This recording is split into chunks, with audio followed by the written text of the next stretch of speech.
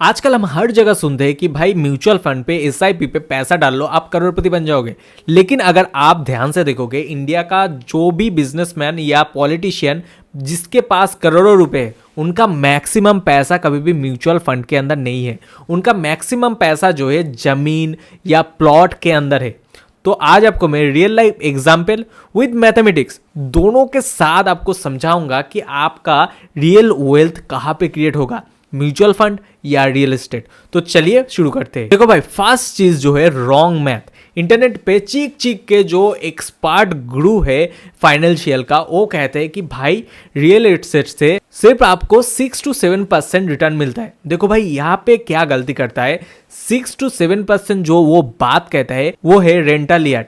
Rental yard मतलब अगर आप कोई एक फ्लैट खरीद के या घर बना के उसको रेंट पे चला रहे हो, उसका जो मंथली आपको पैसा इनकम होता है उसका वैल्यू बता रहा है। लेकिन रियल एस्टेट पे यहाँ पे पैसा नहीं बनता है उतना ज्यादा। रियल एस्टेट पे आपको असली कीमत जो है दाम बढ़ने पे मतलब एप्रिसिएशन पे मिलता है। देखो भाई, एक्सपर्ट अमरीश झा उन्होंने खुद बताया है कि पिछले 20 साल में इंडिया का जमीन के दाम 50 से 100 गुना तक बढ़ा है। क्या हुआ, ट्रस्ट नहीं हो रहा है ना? तो चलो अभी आपको मैं एक रियल लाइफ एग्जाम्पल के साथ बताता हूँ। इसका सबसे बड़ा सबूत है डीएलएफ का ओनर मिस्टर केपी सिंह। 1980 में जब उन्होंने गुड़गांव पे, जब वहां पे बस खेती जंगल था, तब उन्होंने जो है कौड़ियों के भाव पे बहुत सारा जमीन खरीद लिया था। लोग उन्हें पागल बोलता था।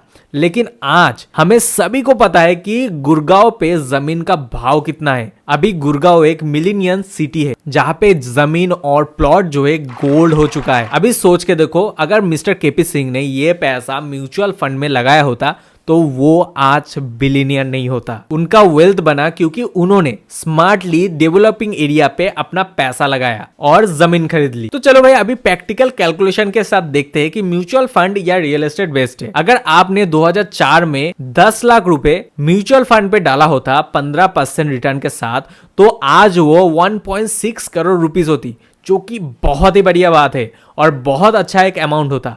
लेकिन यही पैसा अगर आप अपने एरिया का, डेवलपिंग एरिया का जमीन खरीदा होता तो आज वो अमाउंट 5 करोड़ से कम नहीं होता। 5 करोड़ दोस्तों, समझ में आ रहा है? रियल एस्टेट पे पैसा बस ग्रो नहीं होता, यहाँ पे पैसा जो है समय के साथ साथ मल्टीप्लाई होता रहता है। अगर आपको तब भी विश्वास नहीं हो रहा है तो आप सिंपली आप अपने पापा या दादाजी से पूछिए कि आपने ये प्लॉट कितने में लिया था और आज इसका भाव क्या चल रहा है, तो आपको जो है सिंपली समझ में आ जाएगा। लेकिन ध्यान रखना, यहाँ पे एक सीक्रेट कंडीशन है, ये अगर मिस कर गया तो आपका रियल एस्टेट पे फायदा नहीं, लॉस हो जाएगा। मैं यहाँ पे जो है बार बार रियल एस्टेट में ही इन्वेस्ट करने की बात कर रहा हूं, वो फ्लैट्स में नहीं। फ्लैट्स टाइम के साथ साथ अपने वैल्यू डिक्रीज करता है, मतलब फ्लैट एक डिप्रिसिएशन एसिड है। असली वेल्थ बनता है लैंड या प्लॉट पे। तो भाई आप सिंपली पूछोगे क्यों? क्योंकि भाई सिंपल लॉजिक है। आप अगर टाइम लेके सोचेंगे ना तो आपको खुद ही पता चल जाएगा। देखो भाई, जमीन लिमिटेड है और पॉपुलेशन बढ़ता ही जा रहा है। इसका मतलब क्या है? जमीन का भाव या इसका जो क्रेज है, इसका जो मार्केट में डिमांड है, कभी भी कम नहीं होगा। इसका डिमांड हमेशा बढ़ेगा। तो भाई सिंपल कंक्लूजन है, आपको अगर लिक्विडिटी चाहिए तो आपको जो है पैसा म्यूचुअल फंड में डालना चाहिए, और अगर आपको जनरेशनल वेल्थ बनाना है तो सिंपली आपको रियल एस्टेट में इन्वेस्ट करना चाहिए, जैसे मिस्टर केपी सिंह ने किया था। तो भाई आप अभी मुझे बताइए, आप कहाँ इन्वेस्ट करना पसंद करेंगे, एसआईपी या जमीन? और अगर इसी तरीके का इंफॉर्मेटिव वीडियो चाहिए, क्योंकि मैं इस चैनल में सिर्फ रियल एस्टेट के ऊपर ही वीडियो बनाता हूँ, रियल एस्टेट के आपको हर एक सीक्रेट बताता हूँ, किस तरीके से आप इससे पैसा कमा सकते हैं, किस तरीके से आपको लैंड प्लॉट खरीदना चाहिए, सभी कुछ बताता हूं। अगर इस तरीके का नॉलेज चाहिए तो मुझे सब्सक्राइब कर लो, क्योंकि भाई मैं एक एक्सपर्ट हूं, बहुत नजदीक से बहुत सारे चीज को देखते हैं जो कि एक कॉमन पीपल को पता नहीं होता है रियल एस्टेट के बारे में। और अगर आपको रियल एस्टेट में सही डिसीजन लेना है तो मुझे सब्सक्राइब कर लो। तो चलिए, आपसे मुलाकात होगी इसी चैनल की दूसरे वीडियो पे।